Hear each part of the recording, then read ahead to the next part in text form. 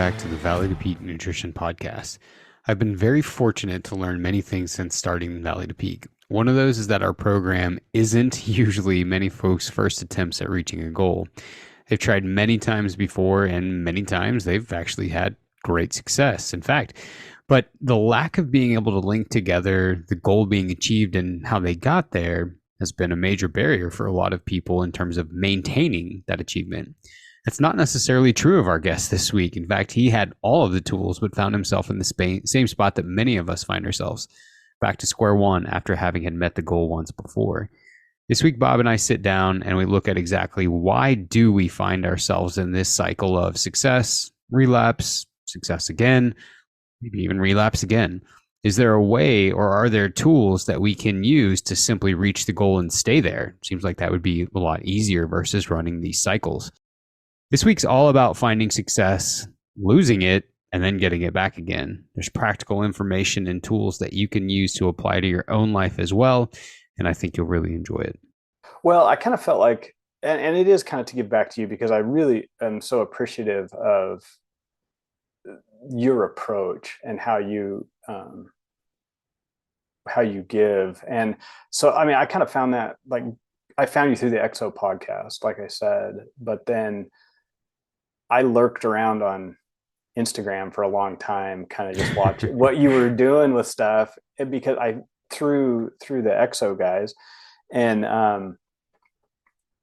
I just kept seeing you share information and share information and share information, and I benefited from it quite a bit. But that's kind of how I was leery to spend the money. I guess I'm kind of cheap as it goes, and or at least try to be careful about stuff like that. And anyway, so I finally got to the point where, like, I need to either pay this guy for his knowledge or do something a little Send more. a donation. Yeah, send a donation. Yeah, and that's kind of how I felt about this. Even sort of the second round is like, I'd like to do something to kind of give back to you, just to say thank you, because it's made a big difference in my life.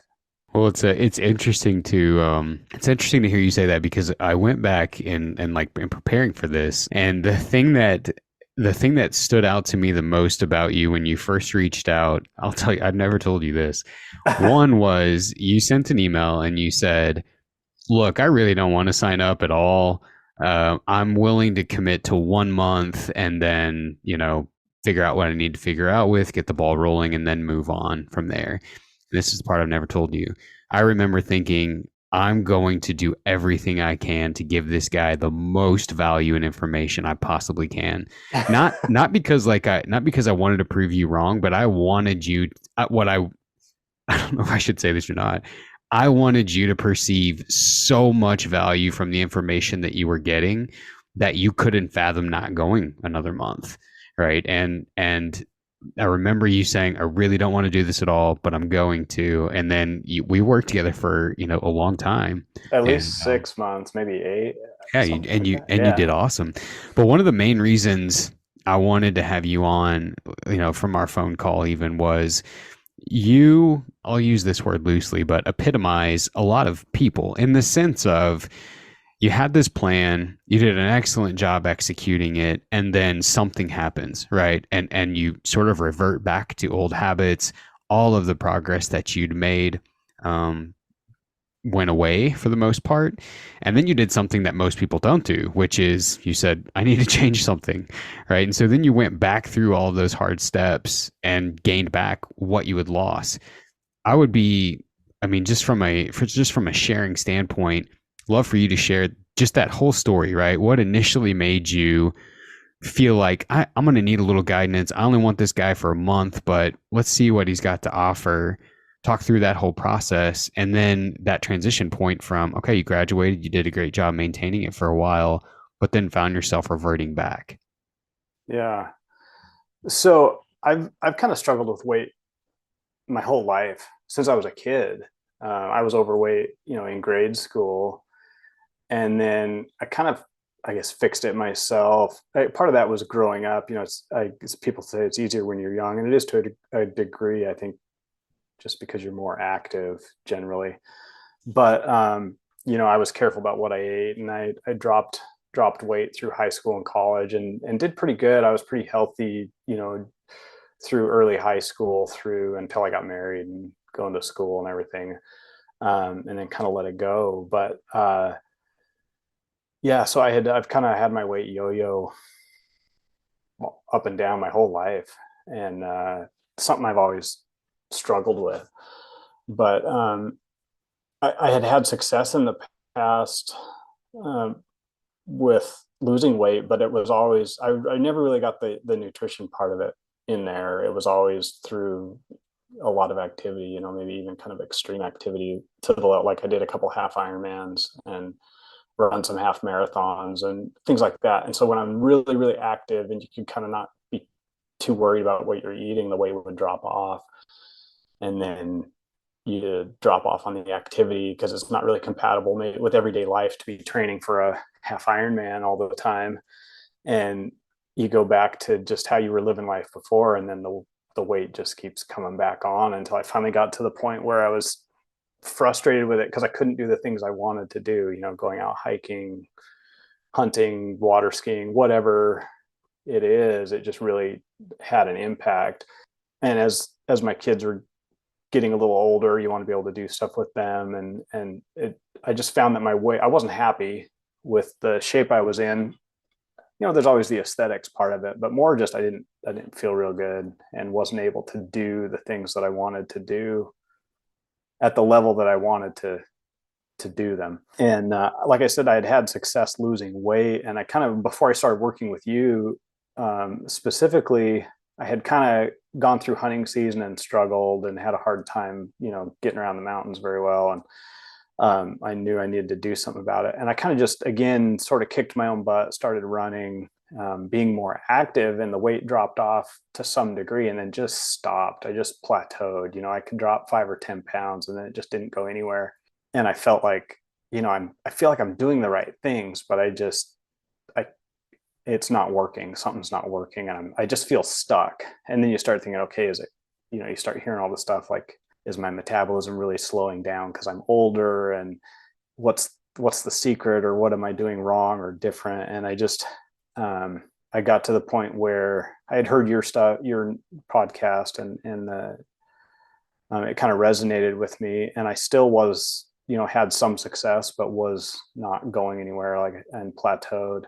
And that's when I reached out to you, was to kind of look for a plan, I guess, or some guidance, because going through the process kind of sucks. It's not easy to do. But I'm okay with suffering if I know I'm going to achieve a goal. But when you start questioning whether or not you're doing the right thing, then you start playing mind games with yourself, and you're just like, well, maybe it's not worth it. I'll just have that bowl of ice cream, or maybe, I'll just get, who cares, whatever. And kind of just throw up your hands and be like, well, I can't do this, and use that as an excuse to then kind of make bad choices as far as nutrition or lack of exercise and things like that. And so having a set goal and the confidence to follow a plan, I'm willing to suffer, quote unquote, suffer, if I'm doing the right thing, you know what I mean? Rather than you're like, well, is this even worth it? And you start and then if you don't have a Well, plan to follow.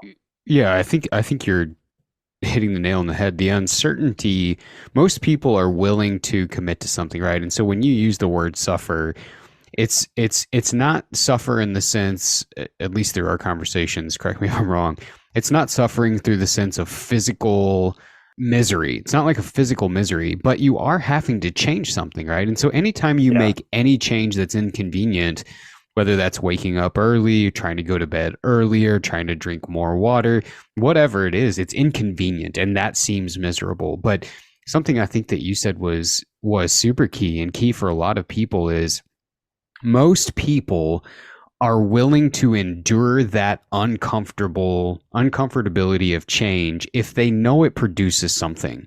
And Yeah. what I always allude to, and this sort of became really clear to me when I was working in the hospital, because everything in the hospital is called practice, right? And much of that practice in the medical community is like, we think this will fix what you've got going on, right? Here's some PT exercises. We think that that's probably what's causing the issue. And we think that if you do these with regularity, that will help with this. we think that if you make this adjustment or we change this medication, you'll get this therapeutic effect. Nutrition's a little bit different in the sense of we know it will, right? And if you know that and you have the confidence of someone who knows how to guide you towards that, what I found is that most people are willing to commit to the process even though it's uncomfortable. And so I think you did a great job describing that. The second thing that stood out to me that you said was your impetus for wanting to change initially really had nothing to do with aesthetics. And most people think that it does. Everybody wants to lose weight because they want to look better. And my argument to that would be that's not true. If you're unable to do the things that you love and you recognizing weight being a barrier to that, that's not a life you necessarily want to commit to. And this seems kind of self-indulging, and I don't mean for it to at all, but I think of myself, I couldn't do anything physical at 270 pounds. It was literally a barrier to the life that I enjoy now. And so there's this movement going around of like, well, you shouldn't want to lose weight. You should just be happy with where you're at and pursue life. And it's like, well, yeah, you don't want to be obsessed about it. But for some people, that's preventing them from enjoying a life that they want, right? And so I think that those two things were stood out to me in what you said, and you said those things when we were working together too. I think that was two really introspective things to highlight as, and probably what drove you to commit to it. Yeah. I guess maybe I shouldn't use the word suffer because I don't want to scare people off of going through the process. But like hiking in the mountains and packing out or carrying heavy weight, there's an element of, if you want to call it suffering. It's not comfortable, but that doesn't mean it's bad. And that's kind of what happened on this second round of getting back into this myself. I kind of just let stuff go.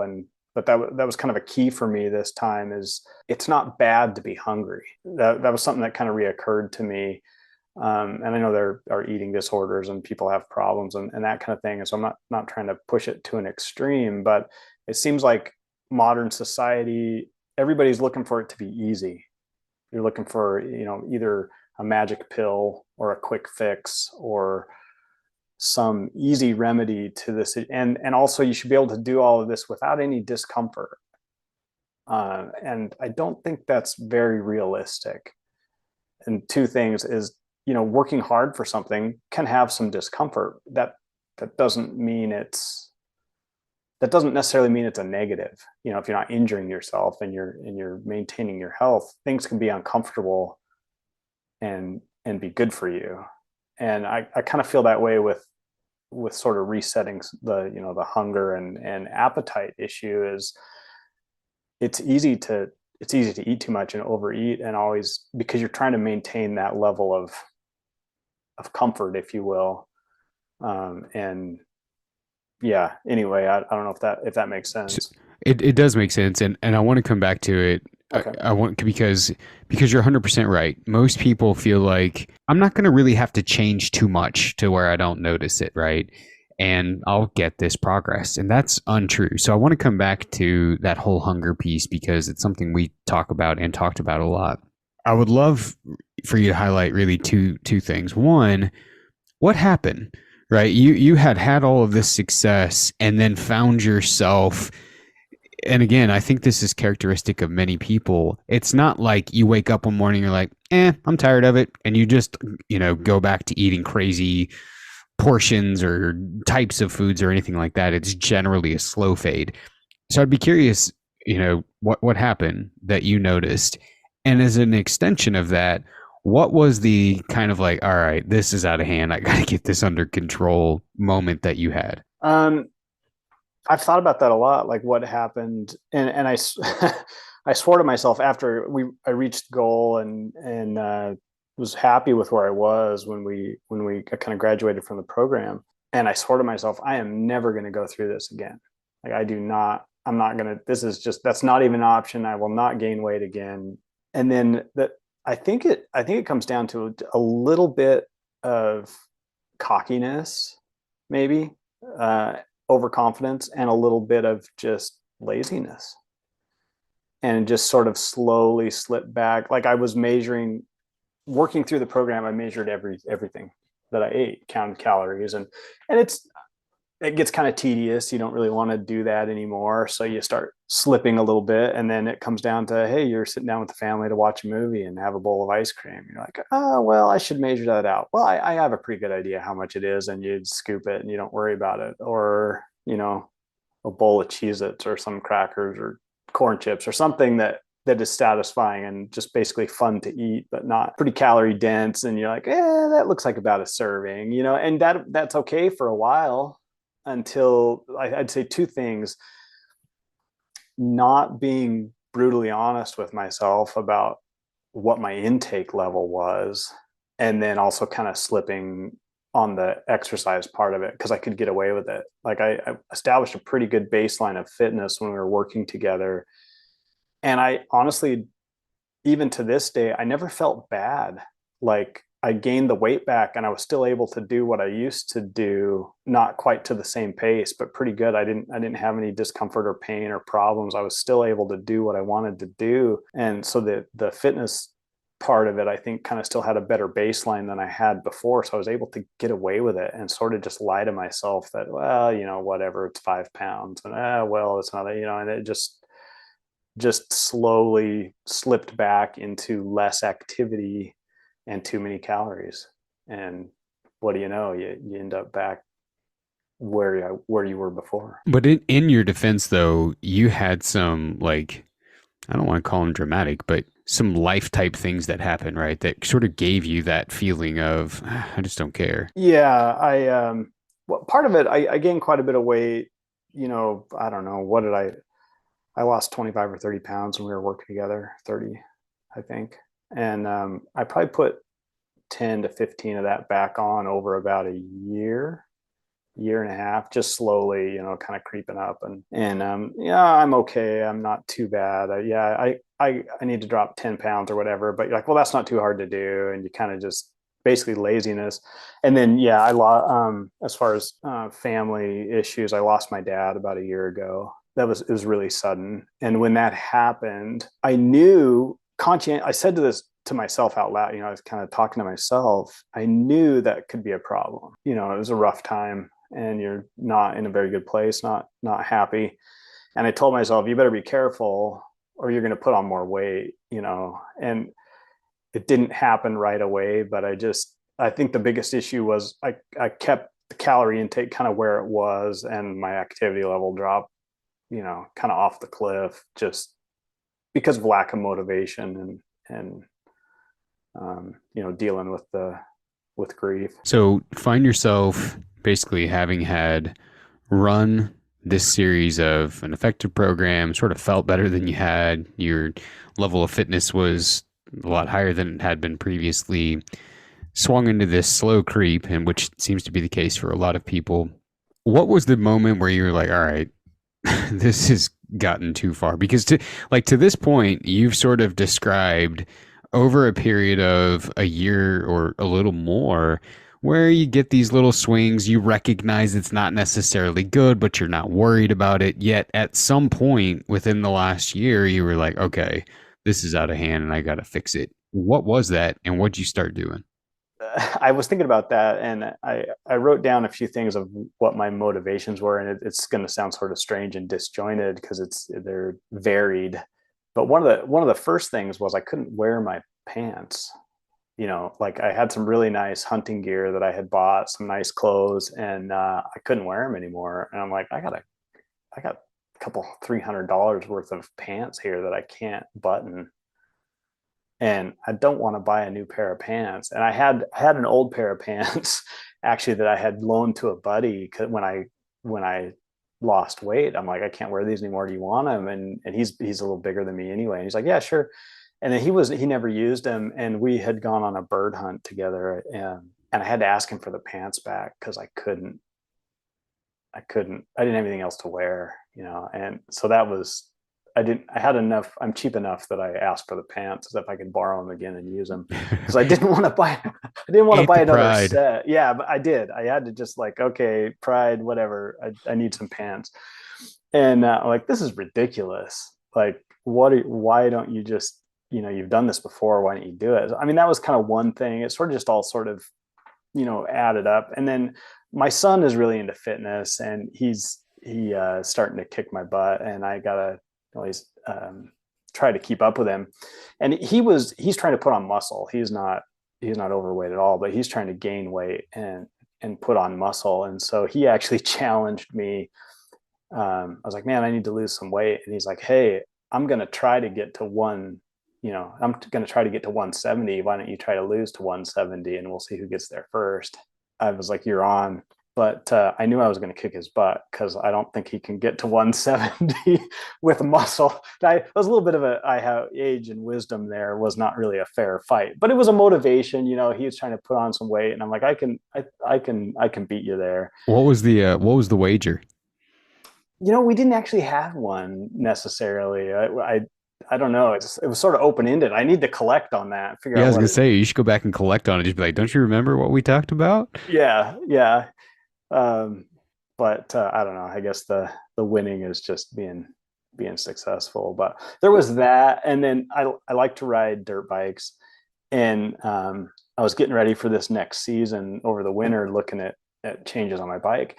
And so there's weight ranges for your spring rates on your bike so that it's sprung properly for your weight. And I didn't want to buy new springs for the bike and go through the problem and spend the money. So it was kind of all these little multiple things that I was like, you know what, I don't have to buy new pants. I could wear those again. And the challenge with my son, and I don't want to respring my motorcycle. If I drop 15 pounds, I'll be in the right spring rate, or 15 or 20, and back where I was. And then beyond that, just overall health. So it was kind of just a multiple weird little things that all sort of added up, and finally decided to to get back into it. And then the final part of it was I was just about ready to call you up and get back on the program. I had been listening to your podcast um, off and on. And I think the final thing that inspired me the most was on Instagram. You posted a picture of yourself when you were um, probably at your heaviest. I don't know why that just really resonated with me. And I was impressed with you putting yourself out there and sharing that. I don't know. I found it inspirational, and like looking at what we had done, I was like, I should work with you again. And then again, it was kind of just being frugal, and I was like, I already have the information. Why do I need to pay somebody for basically for accountability? And which is a big key of it. I was like, I gotta try once more and just see if I can do this myself. So I sat down and went through. I spent one morning just to look at goal weights and height and weight, calculations, and it almost exactly matches what you had given me before. And so I went back through our emails that we had gone through and check-ins, and looked at what calorie intakes were, what the exercise program was, and how we kind of tapered it or tailored it at different phases through that. And I just started mimicking that again, and what do you know, I got the same results. Imagine that. Yeah. That's great. So what, I guess that was my next question is what was, so you sort of hit this realization, all right, look, I don't want to buy new hunting pants. I'm tired of having to go back for my old hunting pants. I don't want to buy new springs for my bike. I don't want to pay this guy for knowledge I've already got. What was sort of step one? You went through the emails, you found the information, but from like a practical or a logistical standpoint, what was the one, two, three things that you started doing on a daily basis again? um, the number one key for me is just total calorie intake. So I basically flipped a switch and said, I'm just going to measure and record everything. And I just started, went right back to writing down everything all my intake and what calories I was taking. And that kind of comes down to, for me, a big key of it is just the being honest with yourself. Um, because I like food and I enjoy eating, and it's easy for that to be an entertainment rather than just a necessity. I'm really good at lying to myself about how many servings of something that I'm getting, if I don't weigh it out and measure it. So that was the first step, was just absolute, total calorie intake. Yeah. And so we'll merge back in here that whole hunger conversation from earlier. And, for full disclosure, the whole goal is, yeah, a guy spends 4 to 6 months or whatever, that's like the average time, really learning about nutrition so that eventually he's got autonomy. If this happens, he's got the information to go back and do it again. So honestly, this worked perfect. That's exactly how it's designed to work, right? So a big kudos to you for putting into play what you already knew.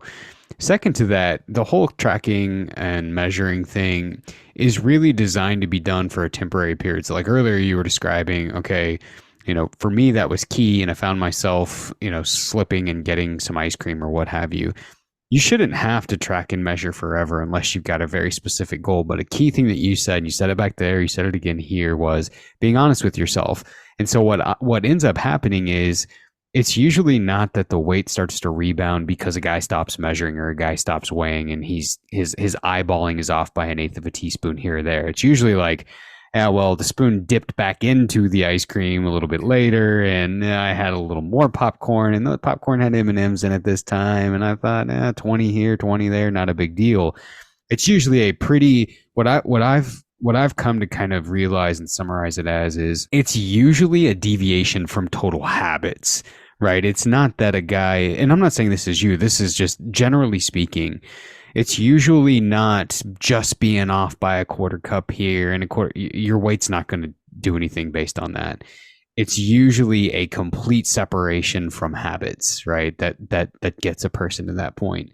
So if we loop the hunger conversation back in here and why this can be one of the most challenging topics, and we just did like a course, and this was a topic that wasn't in the original course that I included in this one because it's such a profound A, misunderstanding, and B, problem. No matter where you begin at with your weight, like let's say someone's 500 pounds eating 10,000 calories per day. I'm just going to use crazy numbers to paint the picture. And they go from eating 10,000 calories per day down to 5,000. Still a lot of food, but cut their intake down 50%. They will feel some hunger because they have essentially taught their brain, taught their body, look, you need 10,000 per day to stay at this weight. Anything less than that is going to signal a real issue. You're no longer giving us what you used to. If this continues, we'll begin to lose weight. And as far as we know, that's a negative thing because we don't know if there's enough food supply or not, which means you'll die. So you begin reducing calorie intake, your body's naturally going to stimulate the hunger hormone. It's naturally going to suppress the appetite, or vice versa. It's going to stimulate appetite, suppress the fullness hormone, and it's going to drive you to want something to eat. Now, the presence of that usually freaks someone out. It's like this feeling they just want to get rid of, which then produces a lot of anxiety, which then makes you just want to fix it. Just get rid of it, right? Just start eating. But if you sit there and you think about it for a minute, you're like, look, I just ate a little bit ago. I'm going to eat again later. There's no real alarm going off here. Then it starts to become easier to accept. Now, there is a dramatic difference between a person sitting around all day long just starving and this very quiet, unassuming feeling of like, yeah, I could probably go for dinner. I'm getting pretty hungry. Like it's close to dinner time, and 3 hours after a meal, you're like, yeah, I could probably go for dinner if you guys are starting to get hungry. That's what we're looking for, right? We're not talking about a hunger that is so aggressive it makes it hard to concentrate. And so I think that that's important to sort of differentiate between. And you said it well. You really can't expect to make some change and just not feel anything. There is some discomfort involved. The discomfort's not a physical feeling. The discomfort is I'm not just doing whatever I want anymore. Right? And whether a person's giving up, like I said, whether they're giving up alcohol, whether they're trying to go to bed earlier, whether they're trying to get up earlier, whether any of those things, there's a natural discomfort there because it's something you don't want to do to start off with. I'd be curious, what if someone is either A, in Bob round one, like they're sitting there, they're uncertain on what to do, they're sort of stuck. What suggestions you'd have for them? Or B, Bob round two, which is, man, I've had success in the past. All of this is back. It seems like this insurmountable mountain to climb to start again, and I just don't know that I've got the motivation in me to kickstart it. What suggestion would you have for both of those people? And it might be one and the same, but I'd be curious what you'd share. The first one is find your motivation, and find motivation in something that's positive.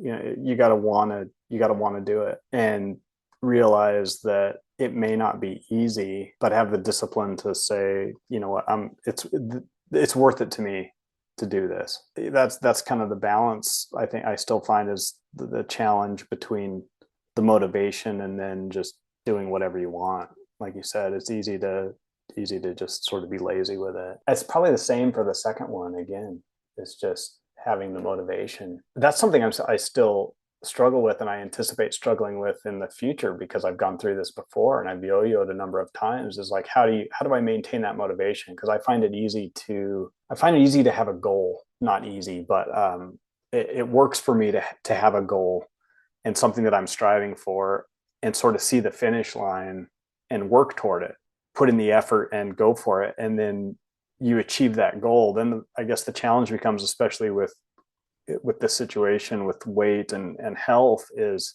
having that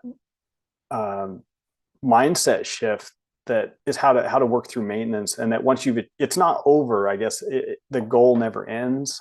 Let's say, how can I say that more clearly? Sort of just changing your perspective, in that once you reach your whatever that goal is, whether it's a certain level of fitness or a certain weight, it doesn't end. You know, it might transition, but you still have to do some work, and it's ongoing. Yeah, I think maintenance is a bit of a misnomer because it portrays that goal reached, I get to go back to my old life. And in Exactly. reality, maintenance is better portrayed that says I get to I get to be a little more, I'm going to use the word loose, although that's probably not the right word. I'm going to change that. Maintenance is better described as I don't have to be as reliant on my tools. I've learned a lot. I can take those lessons and continue to employ them without having to be as reliant on my tools. But in really no scenario, and I'll pick on myself and use myself as an example. In no scenario is maintenance what I used to be, which was staying up until 4 or 5 in the morning, waking up at 2 in the afternoon, literally eating any and everything that I wanted, absolutely no exercise. Like I can't do those things and expect to not go back to the way that I was, right? Your maintenance is really more of, okay, I don't have to rely on as the tools and the tracking and the scrutiny, right? The detailed work, because that can be annoying. That can be tough to maintain that type of focus for a long period of time, which is why you're not supposed to. That's why we have a maintenance part of the program. You don't have to rely on those things as much. I want to go back to a comment that you made a little bit ago, which was the motivation piece of things. Motivation is really, really good when you're trying to get started, right? Putting something on paper. This is why this is important to me, because there's going to be times where you lull in the desire. I don't want to go do it. But I remember this thing's important to me, right? Whatever that is. Maybe that's kids. Maybe that's playing with grandkids. I've had people say, like, I'm tired of asking for the seatbelt extension on the plane. I'm tired of being walked off of amusement park rides in front of people, right? Those type of things can say, I don't want to make this decision, but I really don't want to face that again. So I'm going to make the hard decision. But at some point, and this is maybe unpopular opinion, at some point, there's got to be a level of maturity that says it's really not going to be built around anymore what I want to do. There's going to be times I don't want to do this, but I'm going to do it anyway to be faithful to what I've got. And there's a quote that I love that says, discipline is easier to maintain than motivation is to find. And that is very, very true. Motivation is a great way to kickstart something for someone who finds it hard to build a rhythm. But you will eventually tucker out of motivation, right? It is fickle, it will go away. So you sort of have to shift your mind at some point towards, it doesn't really matter the way that I feel or if I'm motivated or not. I'm going to go do what I know I need to do so that I can manage this long term, right? And all of a sudden, I guess in a roundabout way, the motivation is my motivation is I just want to maintain what I've worked so hard for. Yeah, that's a really good point. And that kind of resonated with me exactly what you said, is that reaching your goal and maintenance or ongoing, you can't go back to what you're doing before you get the same results. And that's basically what I, when you asked earlier what happened, and I kind of just slipped back to what I was doing before. So Any last minute thoughts you want to share? one of the things that really has come up over and over, if it can be motivational to anybody else, is just trying to get away from the negative mindset about nutrition in general. It's easy to look at, like, I had some people ask me, notice that I had lost weight, and they're like, so what are you doing? And they want something I think they're looking for like, what's the secret? And you tell them what you're doing and they don't really want to hear it. Like, you're just like, well, I increase.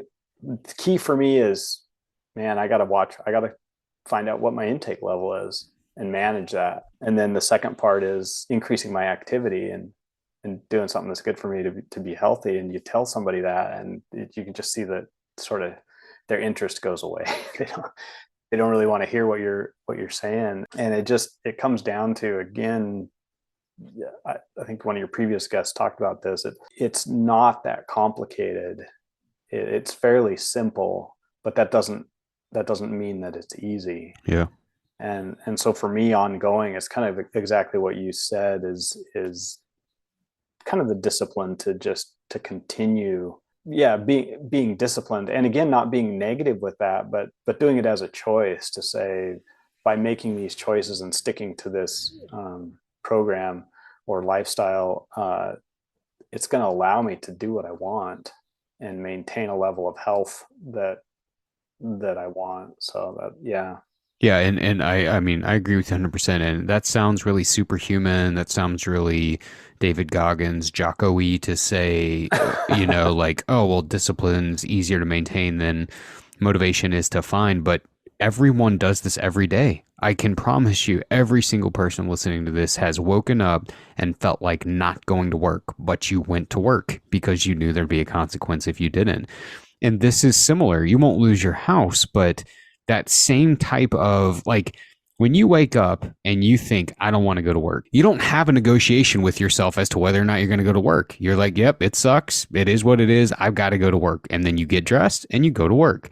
It's the same with this. Yeah, I don't really feel like working out today. Yeah, it sucks. Might not be the best workout of my life, but it's one of the things that I've got to do to maintain and manage the life that I want physically, or whatever it was that drove you towards that. You wake up, you put your shoes on, you go do the workout, and 99.99% of the time, you feel better that you did. You're happy you did it. But that was one thing. That was one thing that became very apparent to me was, look, at some point you cannot negotiate with yourself. It's not even an option. You wake up, you go do it. That's it. It's kind of what it is. But thank you for being on here. Appreciate you sharing your story. I think that I think it'll be incredibly helpful to a lot of people, because all of us probably at some point, even if it's not weight, has found ourselves having gained a lot of momentum in one area, and then find ourselves taking, like one of those deals where it's one step forward, two steps back. And so I think everything you shared would be tremendously helpful for people to say, like, all right, I'm going to go again. I'm going to try it again. And some practical steps too that they can do to go do that. Yeah. It's, if there's any way to motivate someone else, I think it would be, I mean, I'm getting a little bit older, and it's easy to get sucked into the idea that, well, I can't do it anymore, or there's some barrier that at a certain point you won't be able to do it, but you can. Surprisingly, it still, thermodynamics still work the same way. Yeah, that's the good part about science, man, is it's not really ever changing. Thanks to Bob for joining me this week, and thanks to you as well. We've got 2 episodes coming over the next couple of weeks on something that I started noticing in the endurance world, which was people who were really supposed to be at the apex of their health in terms of training and nutrition and really on top of things, dying. some while training, some while competing, others weren't competitors at all. And so this next couple of episodes, I'm joined by Dr. Matt Nelson, who is a friend, a former colleague, and a cardiologist at St. Alphonsus Hospital here in Boise, as we look at this in two parts. Part number one, we're going to spend time looking at why is this happening? And then part number two, we're going to switch gears and say, okay, well, what's our minimum effective dose that allows better health? And most importantly, better quality of life. If there is such a thing as too much, but then again, sitting all of day yields us negative outcomes too, what's the balance? So join us for that. If you don't already, hit the subscribe button so you don't miss any future episodes or announcements. And again, thank you for joining us this week. Have a great week, everyone.